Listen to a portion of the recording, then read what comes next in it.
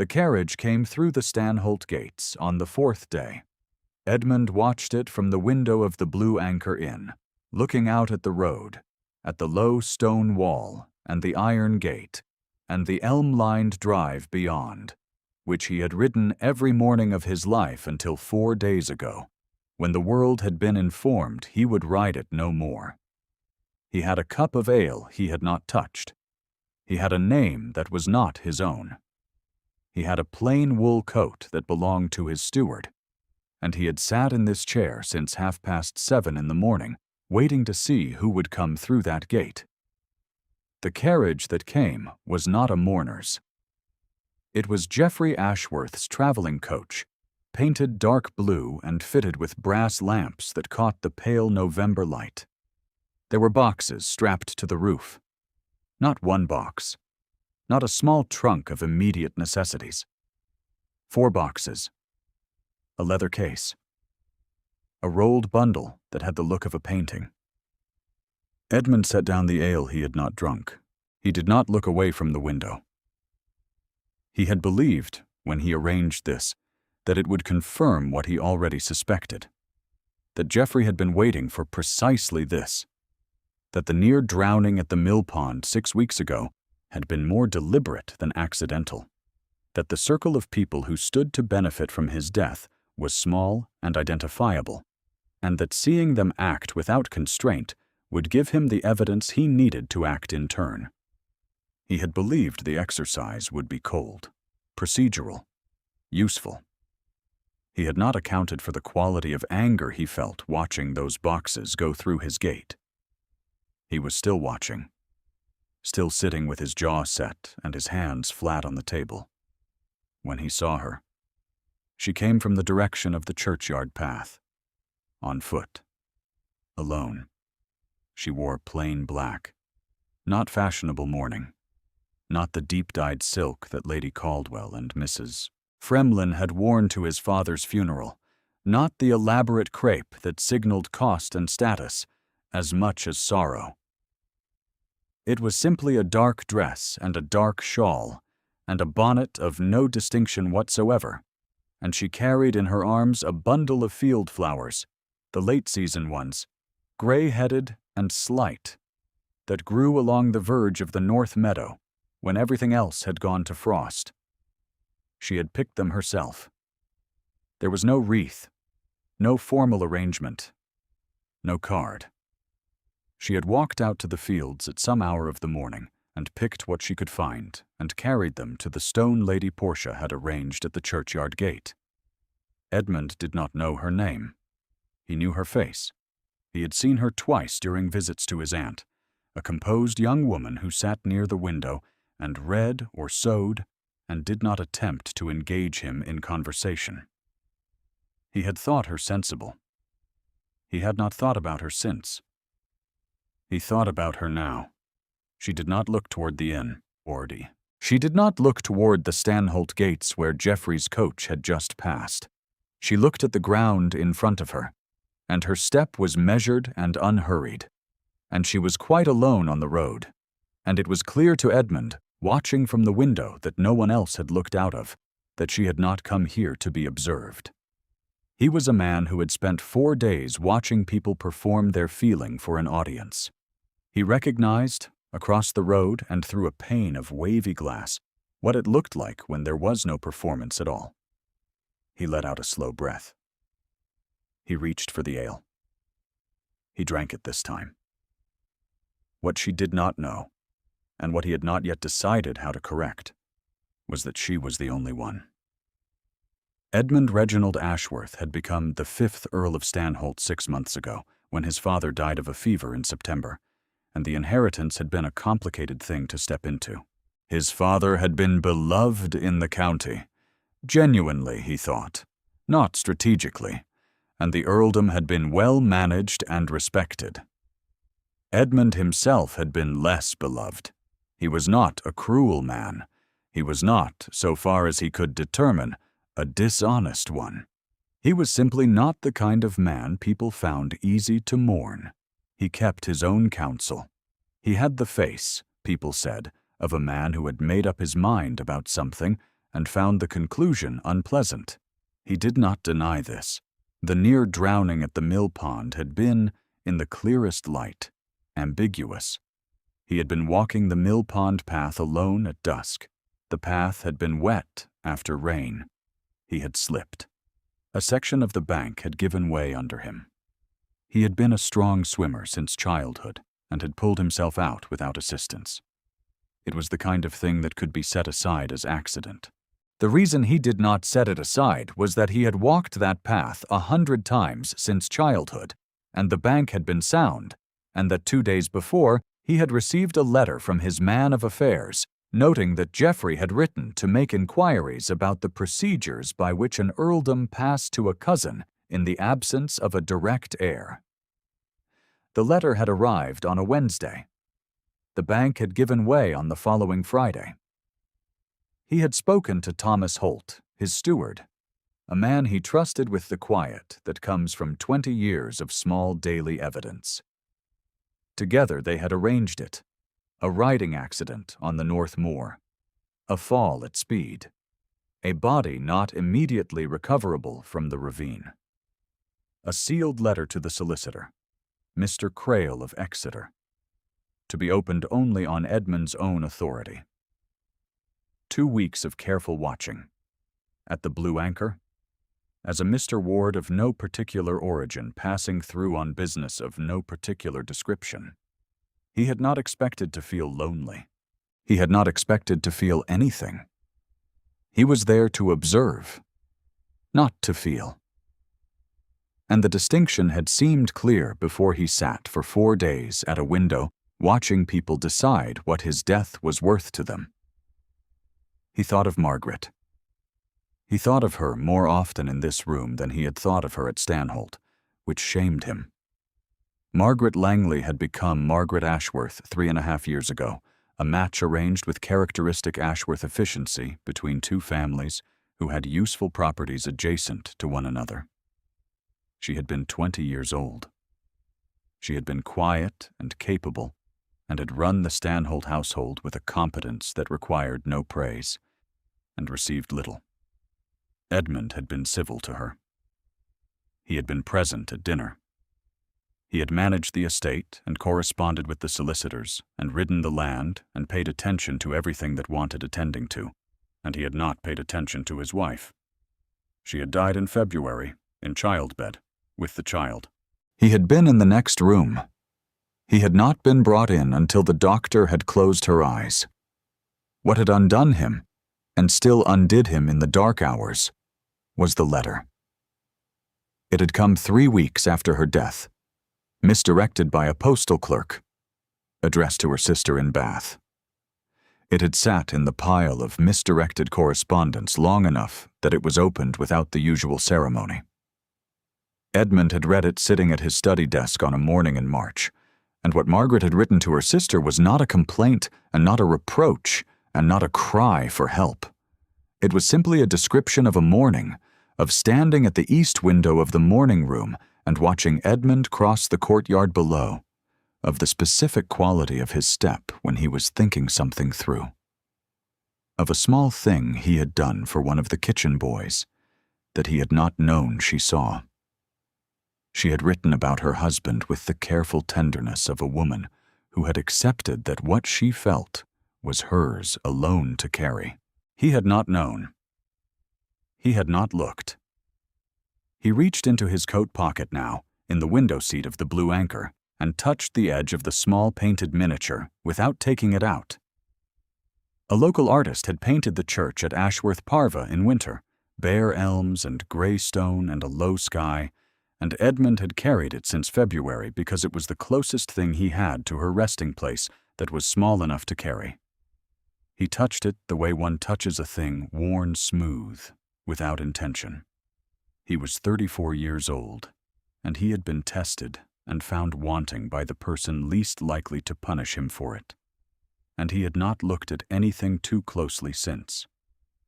He thought of the girl with the field flowers. He had not yet learned her name. He learned it that afternoon from Mrs. Hopwood, the innkeeper's wife, who was a thorough and unsolicited reporter of county news. Miss Clara Vane. The vicar's daughter from Ashworth Parva, 23, no fortune, no connections of substance. She had come to Stanholt 18 months ago as companion to the old Lady Portia Ashworth, Edmund's father's sister, who lived in the west wing of Stanholt Park and was 81 years old and in moderately good health, and whose comfort and habit mattered enormously to her and hardly at all to the broader social world. If you are still with me here, take a moment and share your thoughts in the comment. For Clara's story is only beginning, and the question of who truly sees a woman is one worth sitting with.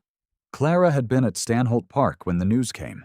She had been in Lady Portia's sitting room, reading aloud from the volume of collected verse that Lady Portia kept on the table by her chair, when Holt had appeared in the doorway, with a face arranged in the particular blankness of a man delivering something he did not want to deliver. He had asked to speak to Lady Portia privately. Clara had withdrawn to the passage. She had heard, through the door, the low register of Holt's voice, but not the words. And then she had heard Lady Portia say, very clearly, "Edmund." And then nothing. And then nothing. The news spread through the house before Holt had finished speaking. It had a speed particular to enclosed households, a footman to a housemaid, to the cook to the scullery girl. And by the time Clara came back into the sitting room, Lady Portia's face had arranged itself into the stiff composure of a woman who had outlived a great many people and had developed a practiced way of receiving such news. She sat with her hands on the arms of her chair and said, "Well?" and said nothing more for a long time. Clara sat beside her. She did not read. She did not speak. She was aware, with the slightly dissociated calm of shock, that something she had not known she depended upon had been removed, quietly and finally, from the world. She had known the Earl slightly. She had known his footfall in the corridor outside Lady Portia's rooms, heavier than the footman, more deliberate, the step of a man accustomed to having his step go unobserved. She had known the quality of his attention when he sat with Lady Portia, which was not the performed attention of obligation, but the real, patient attention of someone who had decided that what was in front of him mattered and intended to remain until he understood it. She had not expected that this slight knowledge would translate, in his absence, into something that felt like loss. She had gone to the churchyard on the fourth morning because she could not think of another way to acknowledge it. Mrs. Caldwell came to Stanholt that afternoon, the first of Lady Portia's friends to call, which said something about Mrs. Caldwell that was entirely consistent with what Clara had always observed about her. She was a well-dressed woman of 60 who occupied a great deal of any room she entered, and she arrived with two other ladies and a deal of expressed sympathy and a covert, assessing attention to everything in the room that might change under new circumstances. She sat with Lady Portia and spoke of the Earl in the past tense with a fluency that suggested she had not spent much time thinking of him in any tense while he lived. She pressed Lady Portia's hand. She looked at Clara, who sat in her usual chair with her usual stillness, and then looked away and leaned toward her companion, Mrs. Frobisher, and said in a voice pitched just below carrying, "The girl who keeps Portia company. The vicar's daughter. Quite without prospects, of course. She will need to attach herself somewhere now the arrangement changes." Mrs. Frobisher murmured something. Mrs. Caldwell's fan moved twice, efficiently. Clara looked at the carpet. She looked at her own hands, which were folded and composed, and she kept them folded and composed. And the room continued to speak in hushed voices about the late Earl, and about the question of the succession, and about what would become of various arrangements at Stanholt, and Clara said nothing, and was, in this as in most things, entirely unobserved. She was not surprised by the assessment. She had grown accustomed, in the 18 months at Stanholt, to existing in the margins of other people's calculations. A vicar's daughter, 23, no money, no connection, no particular beauty that the room had decided to notice. She was the person who knew where Lady Portia's reading spectacles were kept, and which volume she preferred in the evening, and which subject agitated her into sleeplessness. She was the person who could repeat the names of Lady Portia's 3 late sisters, and the dates of their deaths, and the flowers each had preferred. She was the person who ran the west wing of Stanholt quietly and correctly, and without requiring either praise or instruction. She believed, in the way one believes a thing one has been told consistently enough, that it has ceased to feel like a judgment and begun to feel like fact, that this assessment was correct. Geoffrey arrived 4 days after the news. He arrived while Clara was in the kitchen garden with the head gardener, discussing the question of whether the winter cabbages required covering, which Lady Portia always asked about in November. She was walking back through the side passage when she heard the front doors and the footman, and she stopped in the passage. And she heard Geoffrey's voice, which was a confident voice, the voice of a man on his own territory. And she heard him ask to be shown to the study at once, and who was currently managing the staff in the interim. And she heard the first footman say that Mr. Holt had been seeing to things, and Geoffrey said that he would speak to Holt presently, and that a number of arrangements would want attention directly. She found an opportunity to speak, once in the drawing-room, on the 2nd day of Geoffrey's residence. Lady Portia was distressed. Not openly, not in any way that would have been visible to Geoffrey, but distressed in the way of elderly people who have had their furniture moved and their house's atmosphere altered without consultation. Clara wished to ask, simply and practically, whether Lady Portia's household within the West Wing might continue without change, as it had operated smoothly for 18 months, and the old lady was not well served by disruption. Geoffrey was at the writing table when she entered the drawing-room. He looked up at her. He looked at her the way a man looks at something he has not yet catalogued and does not expect to find interesting. "Miss Vane, I think," he said. "The vicar's daughter, quite without prospects." He said it as a statement of her coordinates rather than as an insult, which made it, somehow, worse. "I shall arrange something suitable for you in time, once the household matters are organized." He looked back at the paper he was writing. "I am sure we will find a reasonable situation. Is there anything else?" Clara said quietly, "Lady Portia's sitting-room fire is better served by the smaller grate, not the large one. The staff do not always remember in winter." "I shall make a note of it," Geoffrey said, in the voice of a man who would not make a note of it. She went back to the West Wing. She sat in the chair by the window, and the afternoon was cold and gray, and she looked at the elm-lined drive and thought, with a clarity that surprised her. She would not be here by spring. It was the clearest thought she had had in 4 days. She had not cried. She did not intend to. She simply sat at the window and understood that the small, careful life she had built in the west wing of Stanholt Park, the fire managed as it should be, the book found and replaced before it was missed, the voice reading aloud in the evenings, Lady Portia's thin hand on her wrist when the candle was put out, was not hers to keep, and had never been. And the next life was her father's narrow house in Ashworth Parva, and whatever arrangement her father could identify for his youngest daughter, who was 23, and had no prospects and no particular claim on anyone's attention. She had gone to the inn the following morning to eat a meal in peace. Mrs. Hopwood reported all of this without Edmund's asking, because Mrs. Hopwood had heard about the arrangements at Stanholt from her cousin, who was an undermaid there, and the arrangements were notable. Geoffrey was settling in with a speed that suggested he had kept his things partially packed. He had already spoken to the senior footman about new livery. He had ordered the late Earl's horses assessed for sale. He had sent word to 3 county families announcing his intention to hold a dinner at Stanholt before the month was out.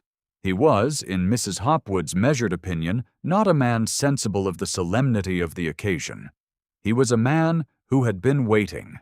Edmund listened to all of this with his face arranged in the expression of Mr. Ward, which was a politely attentive expression he had found useful in the last 4 days, and which cost him very little to maintain. He thanked Mrs. Hopwood. He ordered supper. He sat again at the window as the light went out of the afternoon sky. He was sitting there the following morning when she came into the Blue Anchor. She came in plainly, without fuss, with her small leather purse held in both hands in the way of a woman who knew precisely how much it contained. She took the table nearest the fire because the November morning was cold, and she ordered a bowl of soup and a roll and nothing more, and she ate it with the economical attention of someone who was managing her expenses with care. She had the look of a woman performing no particular emotion, which Edmund recognized from 4 days of watching as the rarest look available. He did not approach her immediately. He sat at his own table with his own breakfast and watched the room. She finished her soup. She sat for a moment with her hands folded on the table. Then, with the slightly determined expression of a person undertaking a necessary private act, she drew from her coat pocket a small journal, opened it to a page near the middle, and wrote something. 3 or 4 lines. She closed the journal. She held it in her hands for a moment. She put it away. Edmund set down his fork. He rose, crossed the room, and said, because there was a chair at her table, and he could not think of a better entry, "Forgive me? Are you acquainted with the late Earl of Stanholt? I am new to the county, and I had hoped to pay a business call at Stanholt Park, only to find the house in some difficulty." She looked up at him.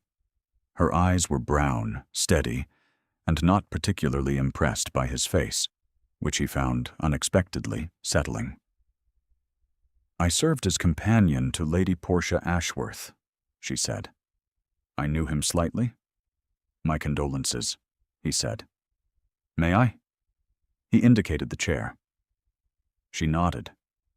He sat. He pulled the chair slightly closer to her side of the table than was strictly required, his hand at the seat back, the motion slow and deliberate, and she noticed but did not remark on it. "Were you with the household long?" he asked. 18 months. "And the Earl? What was he like?" Clara looked at her folded hands. There was a pause of the kind that precedes a true answer rather than a convenient one. "He was not easy to know," she said. "He was not easy to like, I think, for people who required warmth as an entry point." She paused again. "But he visited his aunt twice in the time I was there, and both times he spent a significant portion of the visit in her rooms rather than in the public rooms of the house. Lady Portia is 81 and does not always follow a conversation clearly. He sat with her anyway.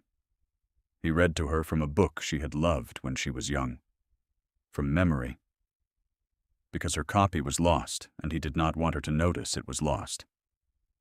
He ordered a replacement sent from London and told her she had merely mislaid it." She stopped. "He did not do this for an audience. He did not know I was in the sitting room next door with the door ajar. I do not think it would have changed anything if he had known." Edmund said nothing. His hand was on the table. Still. "I am sorry," she said, slightly formal, slightly embarrassed. "That is more than you asked." "No," he said. And then, before he could stop it, more quietly, "No, it is exactly what I asked." She looked at him with the careful, measuring look of a woman who has been disappointing people for long enough to expect disappointment and is slightly puzzled when it does not come. Something moved in Edmund's chest that he had no name for, and no place for, and no time for. He thought of Margaret and the east window, and the careful tenderness of someone who had accepted that what she felt was hers alone to carry. He thought of the gap between what people carried and what anyone could see. He thought of 4 days at a window watching people perform. He reached into his coat pocket to set down his coffee cup, and the miniature slipped from the inner pocket and fell to the table between them. He took it up quickly, but not before she had seen it. A small oval of painted landscape, gray stone and bare elms, a winter church. "I'm sorry," he said. "A private thing." She did not pry. She simply said, "It is a pretty piece," and looked away. He put the miniature in his pocket and did not speak for a moment. And the fire crackled, and the room was warm, and he thought, with quiet certainty, that she would leave this county. She has nowhere to go but her father's house. She has no money and no prospects, and she is the only person who walked to the churchyard alone, and she will be dispatched from this county by a man who has already ordered the horses assessed for sale, and she will carry what she feels alone, as she always has, because no one has ever thought to look. He thought, "I am still looking. I would like," he said carefully, knowing she did not know his name, "to know you better, if you are willing. I pass through this county again in a fortnight." It was not, by Regency standards, a declaration. It was simply a sentence said by a man who had decided to say something true and meant every word of it, and her chin lifted slightly as she looked at him, and her expression was careful and slightly uncertain, as if she could not locate the expected catch in his words, and was not sure what to do when there was none. "I would not be opposed to it," she said, and it was perhaps the least romantic acceptance of an invitation ever offered in the county of Devon, and he felt, for the first time in 3 years, something that was almost like warmth. He paid for her meal before she noticed he had done it, which she only realized when she opened her purse at the counter, and Mrs. Hopwood said the gentleman had settled it. She turned and looked at him across the room, and her expression was somewhere between gratitude and annoyance, and he held her gaze for a moment longer than was strictly necessary before looking away. She went out without speaking to him again, pulling her coat against the cold, and Edmund sat at the table and finished his coffee and thought about what was happening at Stanholt Park while he sat here. He got his next report from Mrs. Hopwood that evening, without asking for it. Mrs. Hopwood's cousin had sent word through the baker's boy. Geoffrey had held a meeting in the drawing room that afternoon with 4 of the senior household staff. He had announced certain economies.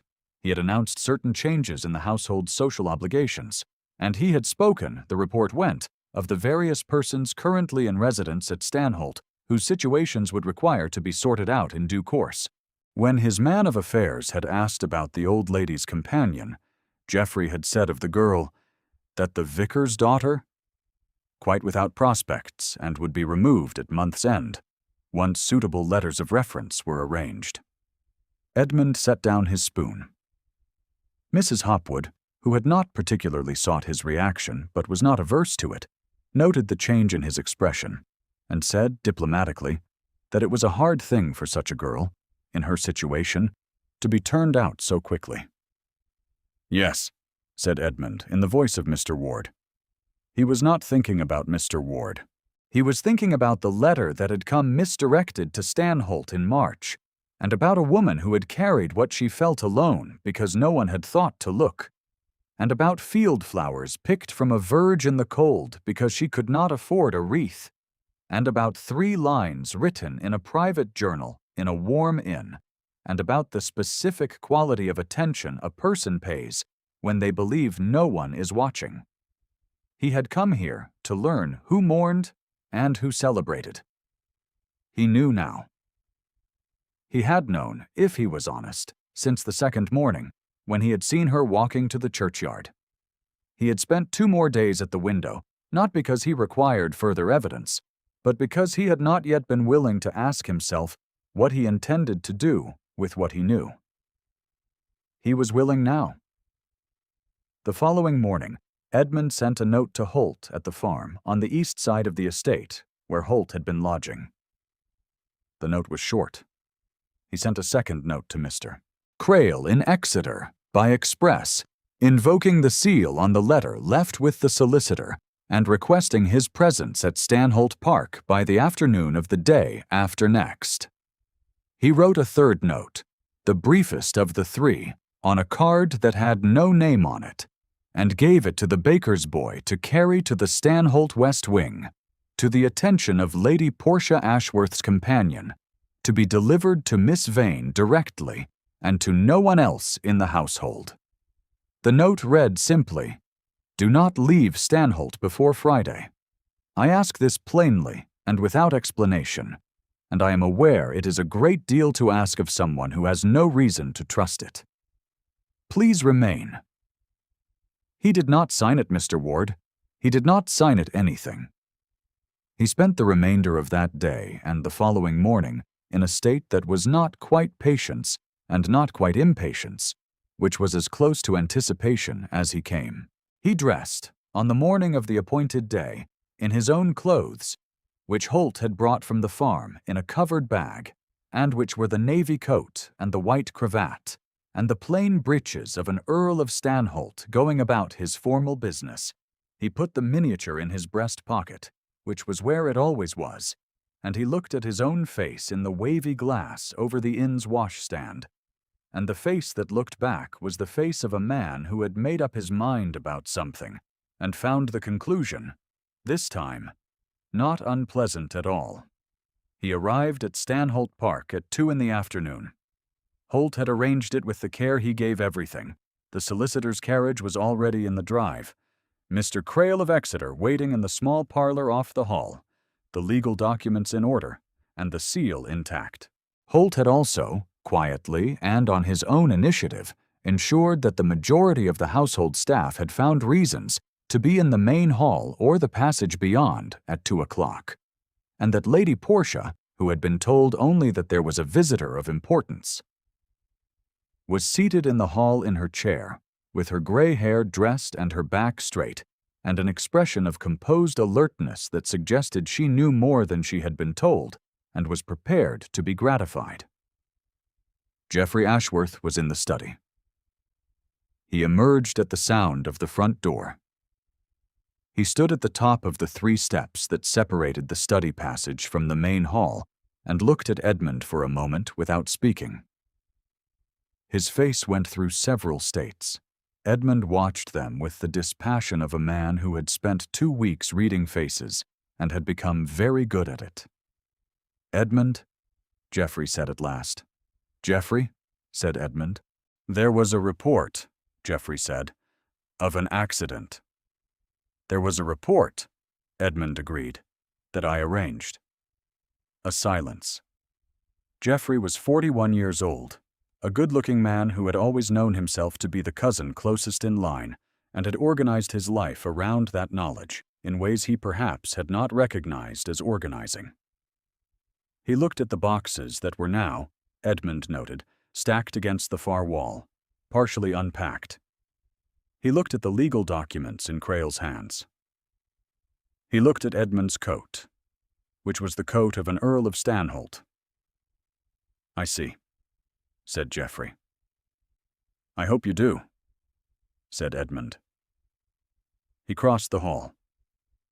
He stood before the assembled household with the quietness of a man who'd been standing in this hall since he was 8 years old, and Holt stood at his right, and Crail stood at his left, and all of it was very correct and very unambiguous, and Geoffrey had nothing to stand on. Clara had come in from the west passage, where Lady Portia's rooms were. She stood at the door to the passage, still in her dark dress, and she had her hands clasped in front of her, and she was looking at Edmund with an expression that was the particular expression of a person who has just understood something. She thought she understood differently, and is recalibrating very rapidly. He turned to her. He crossed the hall again, this time toward her, and the household watched, and Crail watched, and Lady Portia in her chair watched with the serene attention of a woman who had waited 81 years to see something satisfying, and was not going to miss any of it.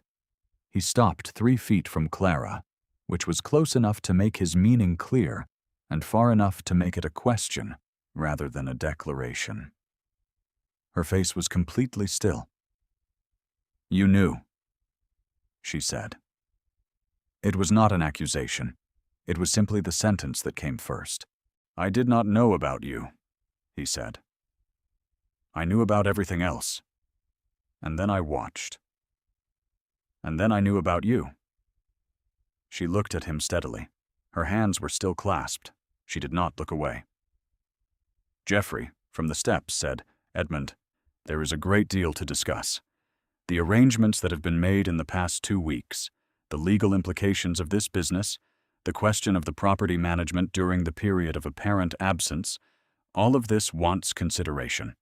And a drawing room announcement is perhaps not the most prudent, and perhaps another time and place would serve us better." Edmund looked at his cousin once. He looked at him for approximately 3 seconds. Then he looked back at Clara. "Miss Vane is to be my wife," he said. "Geoffrey, you may go." The hall was completely still. Clara's breath caught, and he heard it. He was close enough to hear it. And her chin came up in the way it had come up at the inn table when she had not found the catch in his words and could not locate the expected disappointment. Her eyes were very bright. Geoffrey said, "Edmund, surely." "Mr. Crail," said Edmund without looking away from Clara. "The document, please." Mr. Crail produced the document, which had been prepared before Edmund had left Exeter for the Blue Anchor, because he had known, even then, what he intended.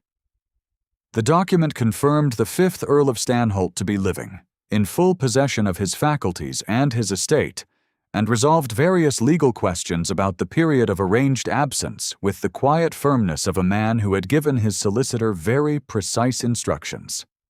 Geoffrey read it. His man of affairs read it.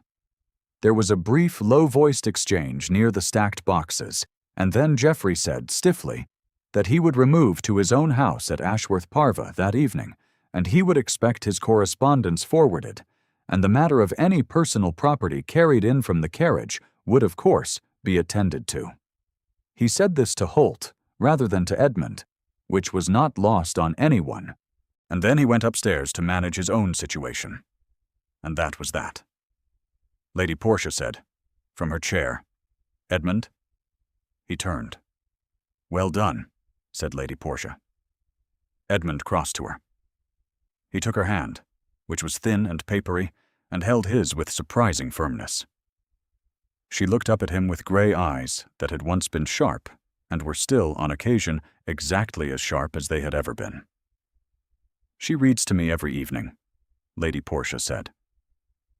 "From the book you ordered from London." "From memory, when I am tired, and the pages seem to move." "Did you know that?" He had not known that. He looked back at Clara, who had not moved from the door to the west passage. The household was dispersing now, Holt directing traffic with his customary efficiency, Crail organizing papers at the small writing table, and the hall was quieter, and the afternoon light came through the high windows at the angle it always came in November, long and pale and very clear. He went back to her.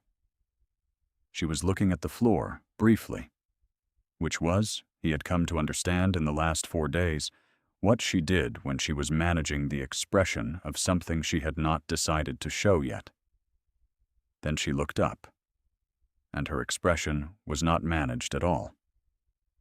"I received a note," she said, "with no signature, asking me to stay."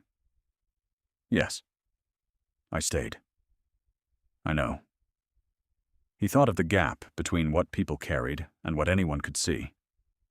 He thought of Margaret's letter, which he had read 100 times since March, and which had told him, among other things, that what mattered was not the large declarations, but the small, sustained attentions, and that a man who paid attention was rarer than the season had led anyone to believe. He thought of field flowers on a frosted verge, picked in the early morning with no one to see. He reached into his breast pocket. He took out the miniature, the small oval of gray stone and bare elms. The church in winter. He held it for a moment, then turned it so she could see. "It is the church at Ashworth Parva," he said. "My wife is buried there. I have carried this for 3 years because I spent a marriage looking elsewhere, and I did not want to forget what it cost. I am not," he said, and here his voice was lower and very level. "A man who makes promises about who I will be, because I have some evidence of who I have been." "I am," he said, "a man who has spent 2 weeks watching, and I know what I saw." Clara looked at the miniature. She looked at his face. Her hand came up, not quite touching his, and then it was touching his. Her fingers just below his on the oval of painted wood, and they stood like that, in the long November light with the miniature between them. "I wrote something in my journal," she said. "I saw you close it. I wrote that you had been kind in a way you did not intend anyone to notice." She paused. "I wrote that I thought it very unfair that no one would notice it now." He was quiet for a moment. "I noticed," he said, "that you did." The fire was lit in the west wing that evening, in Lady Portia's sitting room, where 3 chairs stood before the hearth, and the curtains had been drawn against the dark. Lady Portia sat in her usual chair with her usual book, which was, in fact, slightly newer than it appeared, because Edmund had ordered a replacement from London and told her she had merely mislaid it. And she had accepted this with the entirely knowing expression of a woman who had been accepting small dignities for 81 years and intended to continue. The fire was the kind of fire that settles in early November, the first real fire of the season, and it threw orange light across the walls of books and the old carpet and the 3 chairs. Clara sat in the chair nearest Lady Portia, as she always did. Edmund sat in the 3rd chair, which had not been used since the previous spring, and the fit of him in it was slightly awkward and wholly correct. On the mantel above the fire, in a pottery jar that had belonged to Lady Portia's mother and that had stood empty since summer, were the field flowers Clara had picked from the North Meadow verge on the 4th day of November. Edmund had asked that afternoon if she still had them. She had brought them from her room in some bewilderment. He had put them in the jar himself, with water from the pitcher, and set them on the mantel, without comment. They were gray and slight, and the petals were nearly gone, and they were the most correct thing in the room. Lady Portia read aloud for half an hour, which was her habit. Then she set down the book and looked at the fire and said, "Edmund, will you sit here tomorrow?" "Yes," he said. She nodded, satisfied, and closed her eyes, and the fire settled, and the November dark pressed against the curtains, and the pale dried flowers stood in their jar on the mantel. Still, if this story stayed with you, leave a word in the comment about the moment that landed. Every note of it is read, and it matters. Clara did not know, picking those flowers in the frost, that anyone would ever carry the weight of what she carried. She knows now, and so do you. The spring following was mild, and the church at Ashworth Parva was very small.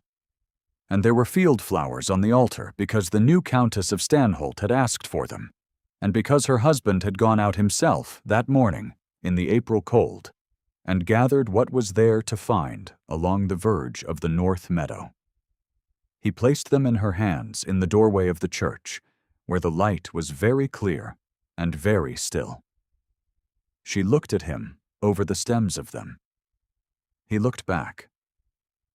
He had been looking, these last 4 months, with the steady, unhurried attention of a man who had learned, at some cost, the value of not looking away. And he did not look away. The church was the same gray stone and bare branching elms as in the miniature, though the elms were in early leaf now, and the sky above the tower was the particular blue of an English April morning, and somewhere in the churchyard behind them the frost-hardened ground had softened, and winter was over. He offered her his arm. She took it. They went in.